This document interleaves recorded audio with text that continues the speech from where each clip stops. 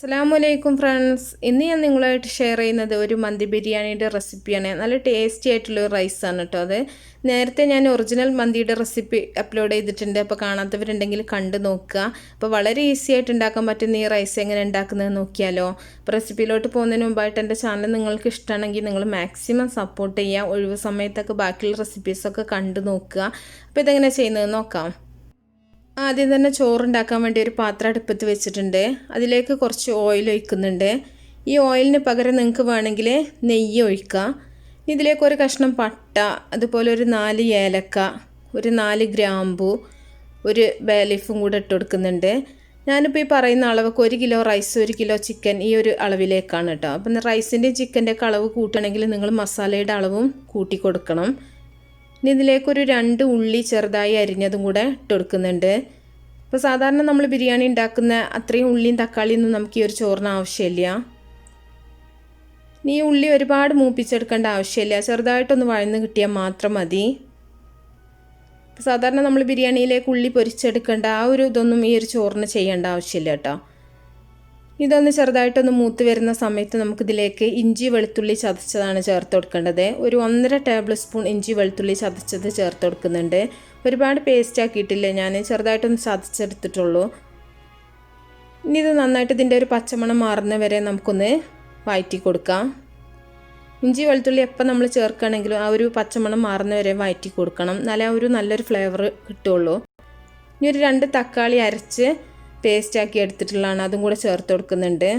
വെള്ളം കൂട്ടാണ്ട് നമ്മൾ അരച്ചെടുത്താൽ മതി. ഒരു മീഡിയം സൈസ് തക്കാളിയാണ് ഞാനിവിടെ എടുത്തിട്ടുള്ളത്. തക്കാളി വേണമെങ്കിൽ നിങ്ങൾക്ക് ചെറുതാക്കി അരിഞ്ഞത് ചേർത്ത് കൊടുക്കാം കേട്ടോ. അപ്പോൾ തക്കാളിയുടെ ആ ഒരു കഷ്ണങ്ങൾ നമ്മുടെ ആ റൈസിൽ കിടക്കണ്ടെന്ന് വിചാരിച്ചിട്ടാണ് ഇതുപോലെ തക്കാളി അരച്ചിട്ട് ചേർക്കുന്നത്. ഇനി കുറച്ച് പച്ചമുളക് ചേർത്തിട്ടുണ്ട്. പച്ചമുളക് ഞാൻ കീറാണ്ട മുഴുവനായിട്ടാണ് ചേർത്തിട്ടുള്ളത്. അപ്പോൾ നിങ്ങൾക്ക് വേണമെന്നുണ്ടെങ്കിൽ അരിഞ്ഞിട്ട് ചേർത്ത് കൊടുക്കാം. ഒരുപാട് സ്പൈസി അല്ല കേട്ടോ ഈ ചോറ്. ഇനി സ്പൈസി ആക്കണമെന്നുണ്ടെങ്കിൽ നിങ്ങൾക്ക് കൂടുതലായിട്ട് പച്ചമുളകൊക്കെ ചേർത്താൽ മതി. ഇനി ഇതിലേക്ക് നമ്മൾ ഒരു 1/2 ടീസ്പൂൺ മഞ്ഞൾപ്പൊടി ചേർത്ത് കൊടുക്കുന്നുണ്ട്. അതുപോലെ 1.5 ടേബിൾ സ്പൂൺ നമ്മൾ മന്തി മസാലയാണ് ചേർത്ത് കൊടുക്കുന്നത്. മന്തി മസാലയുടെ റെസിപ്പി ഞാൻ നേരത്തെ അപ്ലോഡ് ചെയ്തിട്ടുണ്ട്, കാണാത്തവരുണ്ടെങ്കിൽ കണ്ടു നോക്കുക. ഇല്ലെങ്കിൽ നിങ്ങൾ പുറത്തുനിന്ന് വാങ്ങിച്ചാലും മതി കേട്ടോ. വീട്ടിൽ ചെയ്യണമെന്നുണ്ടെങ്കിൽ റെസിപ്പി കണ്ടു നോക്കുക. ഇതിലേക്ക് ഗരം മസാല ചേർക്കരുത്, മന്തി മസാല തന്നെ ചേർക്കണം, എന്നാലേ നമുക്ക് ആ ഒരു നല്ലൊരു ഫ്ലേവർ കിട്ടുള്ളൂ. അപ്പോൾ മസാലയും കൂടെ ചേർത്തിട്ട് നമ്മൾ നന്നായിട്ടൊന്ന് വഴറ്റി കൊടുക്കുന്നുണ്ട്. മുളക് പൊടിയൊന്നും ചേർക്കരുത് കേട്ടോ. ഇനി ഇതിലേക്ക് അധികം പുളിപ്പില്ലാത്ത തൈര് 2 ടേബിൾ സ്പൂൺ ചേർത്ത് കൊടുക്കുന്നുണ്ട്. 2 ടേബിൾ സ്പൂൺ നിറച്ചിട്ട് തന്നെ ഞാൻ എടുത്തിട്ടുണ്ട്. എന്നിട്ട് നന്നായിട്ടൊന്ന് ഇളക്കി മിക്സ് ചെയ്യുക. തൈര് ചേർക്കുന്ന സമയത്ത് തീ കുറച്ച് വെച്ചിട്ട് ചേർക്കണം. ഇതിലേക്ക് നമ്മൾ ചിക്കനാണ് ചേർത്ത് കൊടുക്കേണ്ടത്.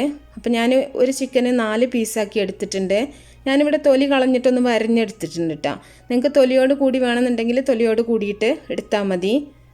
ഇനി ചിക്കന് 4 പീസാക്കണം നിർബന്ധമൊന്നുമില്ല കേട്ടോ. 2 പീസാക്കിയിട്ട് അങ്ങനെ വേണമെങ്കിൽ അങ്ങനെ ചേർക്കാം. അതൊക്കെ ഓരോരുത്തരും ഇഷ്ടം പോലെ ചെയ്താൽ മതി. ഇനി നന്നായിട്ടൊന്ന് ചിക്കൻ ചേർത്തതിന് ശേഷം നന്നായിട്ടൊന്ന് ഇളക്കി മിക്സ് ചെയ്യാം. നല്ലൊരു സ്മെല്ലാണ് കേട്ടോ ഇതിന്. ഇനി ഇതിലേക്ക് ആവശ്യത്തിനുള്ള ഉപ്പ് ഇട്ട് കൊടുക്കുന്നുണ്ട്. ഉപ്പ് നമുക്ക് കുറച്ച് കൂടുതലായിട്ട് തന്നെ ഇട്ട് കൊടുക്കാം. നമ്മൾ ഇതിൽ തന്നെയാണ് ചോറ് വേവിച്ചെടുക്കുന്നത്. ഉപ്പും കൂടെ ഇട്ടിട്ട് നന്നായിട്ടൊന്ന് ഇളക്കി മിക്സ് ചെയ്യുന്നുണ്ട്.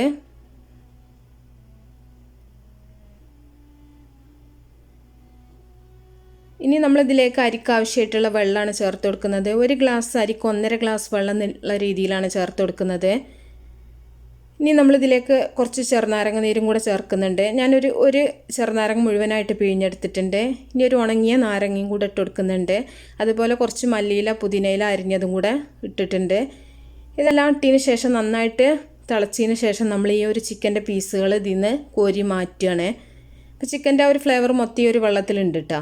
അപ്പോൾ ചിക്കൻ നല്ല തിളച്ചതിന് ശേഷം മാത്രം ചിക്കൻ്റെ പീസസ് നമുക്ക് ഇതിൽ നിന്ന് കോരി മാറ്റിയാൽ മതി.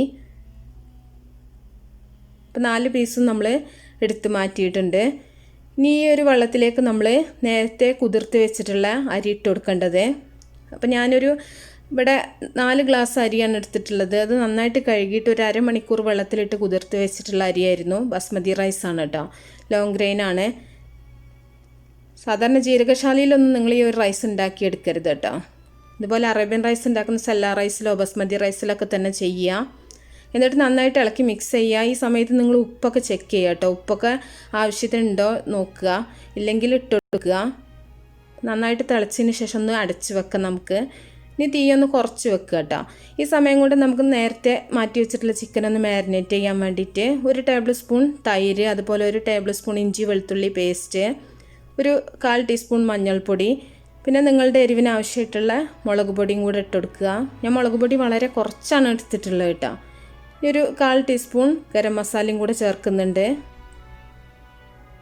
നന്നായിട്ടൊന്ന് മിക്സ് ചെയ്യാം. പിന്നെ നമ്മൾ ചിക്കന് ഉപ്പിട്ടിട്ട് ബോയിൽ ചെയ്തിട്ടുള്ളതാണ്, അപ്പോൾ അതിന് ആവശ്യമായിട്ടുള്ള കുറച്ച് ഉപ്പും കൂടെ നമുക്കിതിലേക്ക് ചേർത്ത് കൊടുക്കുക. ഉപ്പ് വളരെ ശ്രദ്ധിച്ചിട്ട് ചേർക്കണം കേട്ടോ, വെള്ളത്തിൽ ഉപ്പുണ്ടായിരുന്നു. നന്നായിട്ടൊന്ന് മിക്സ് ചെയ്തിട്ട് നമുക്ക് ചിക്കൻ്റെ പീസസ് ഇതിലിട്ടിട്ട് നന്നായിട്ടൊന്ന് മസാല പുരട്ടി വെക്കാം. അപ്പോൾ നന്നായിട്ട് തന്നെ മസാല എല്ലാ ഭാഗത്തേക്കും ആവുന്ന രീതിയിൽ നന്നായിട്ടൊന്ന് പുരട്ടി കൊടുക്കുക. ഇതൊന്ന് കൂടുതൽ സമയം നിങ്ങളൊന്ന് വെക്കുകയാണെങ്കിൽ അത്രയും നല്ലതാണ്. അപ്പോൾ നമുക്ക് കുറച്ച് സമയം മാറ്റി വെക്കാം. ഈ സമയം കൊണ്ട് തന്നെ നമ്മുടെ ചോറൊക്കെ ഇവിടെ നന്നായിട്ട് തിളച്ചിട്ടുണ്ട്. അരിയിട്ടതിന് ശേഷം ഒന്നും കൂടെ നന്നായിട്ടൊന്ന് ഇളക്കി മിക്സ് ചെയ്യുക. ഇനി വീണ്ടും നമ്മൾ അടച്ച് വെച്ചിട്ട് തീ വളരെ കുറച്ചിട്ട് വേണം നമ്മളിത് വേവിച്ചെടുക്കാനായിട്ട്. ഇപ്പോൾ ഏകദേശം വെള്ളമൊക്കെ വറ്റിയിട്ടുണ്ട്, എന്നാൽ മുഴുവനായിട്ട് വെള്ളമൊന്നും വറ്റി വന്നിട്ടില്ല. ഒന്നും കൂടെ തുറന്നിട്ട് ഒന്നും കൂടെ ഒന്ന് ഇളക്കി മിക്സ് ചെയ്യുന്നുണ്ട്. ഇനി നമ്മൾ അടച്ച് വെച്ചിട്ട് ഇനി നമ്മൾ ഇളക്കി കൊടുക്കേണ്ട ആവശ്യമില്ല. ഒന്നുകൂടെ അടച്ച് വെക്കുക. അപ്പം നമ്മുടെ ചോറ് ഇവിടെ റെഡി ആയിട്ടുണ്ട്. ഇനി നമുക്ക് ഈ ചോറ് മാറ്റി വെക്കാം. ഇനി നമ്മൾ നേരത്തെ മാരിനേറ്റ് ചെയ്ത് വെച്ചിട്ടുള്ള ചിക്കൻ ഒന്ന് ഫ്രൈ ചെയ്തെടുക്കാൻ ഒരു പാനിൽ കുറച്ച് ഓയിൽ ഒഴിച്ചിട്ടുണ്ട്. അപ്പോൾ നമ്മൾ ചിക്കൻ മാരിനേറ്റ് ചെയ്തിട്ട് ഇപ്പോൾ ഒരു അരമണിക്കൂറിലേറായിട്ടുണ്ട് കേട്ടോ. നമുക്ക് ചിക്കൻ ഒന്ന് ഫ്രൈ ചെയ്തെടുക്കാം. ഒരുപാട് മുക്കി ഫ്രൈ ചെയ്യേണ്ട ആവശ്യമില്ല, ഒന്ന് ഷാലോ ഫ്രൈ ചെയ്തെടുത്താൽ മതി. ചിക്കൻ ഓൾറെഡി വെന്തിട്ടുള്ളതാണ്. ഇനി നമ്മൾ ദം ചെയ്യും കൂടെ ചെയ്യുന്നുണ്ട്. അപ്പോൾ ഒരു ഭാഗം റെഡിയാവുന്ന സമയത്ത് നമുക്ക് തിരിച്ചിട്ടിട്ട് 2 ഭാഗം ഒന്ന് ഫ്രൈ ആക്കി എടുക്കാം. അപ്പോൾ എരിവൊക്കെ നിങ്ങളുടെ ഇഷ്ടത്തിനനുസരിച്ച് നിങ്ങൾക്ക് ചേർത്ത് കൊടുക്കാം കേട്ടോ. ഞാൻ വളരെ സ്പൈസി അല്ലാണ്ടാണ് ഇവിടെ ചെയ്തിട്ടുള്ളത്. അപ്പം മസാലയൊക്കെ കൂട്ടണമെന്നുണ്ടെങ്കിൽ നിങ്ങൾക്ക് കൂട്ടി കൊടുക്കാം. ഇനി നമ്മൾ നേരത്തെ റെഡിയാക്കി വെച്ചിട്ടുള്ള ചോറിൻ്റെ മുകളിലായിട്ട് കുറച്ച് മല്ലിയില പുതിനയില അരിഞ്ഞത് ഇട്ട് കൊടുക്കുന്നുണ്ട്. നമ്മൾ ഫ്രൈ ചെയ്തിട്ടുള്ള ചിക്കൻ ഇതിൻ്റെ മുകളിലായിട്ട് നിരത്തി വെച്ച് കൊടുക്കുക. ഇനി നമ്മളിത് കനൽ വെക്കാൻ വേണ്ടിയിട്ട് ഒരു സോസർ വെച്ചിട്ടുണ്ട്. അതിലേക്ക് ചാർക്കോൽ കത്തിച്ചിട്ട് വെച്ച് കൊടുക്കുന്നുണ്ട്. ഈ ചാർക്കോളിൻ്റെ മുകളിലായിട്ട് നമ്മൾ കുറച്ച് ഓയിലൊന്ന് ഒഴിച്ച് കൊടുക്കുന്നുണ്ട്, അതൊന്ന് പുകയാൻ വേണ്ടിയിട്ട്. കുറച്ച് മതി. ഇനി ഒരു പുക പോകുന്നതിന് മുമ്പായിട്ട് നമ്മളിതൊന്ന് അടച്ച് വെക്കുക.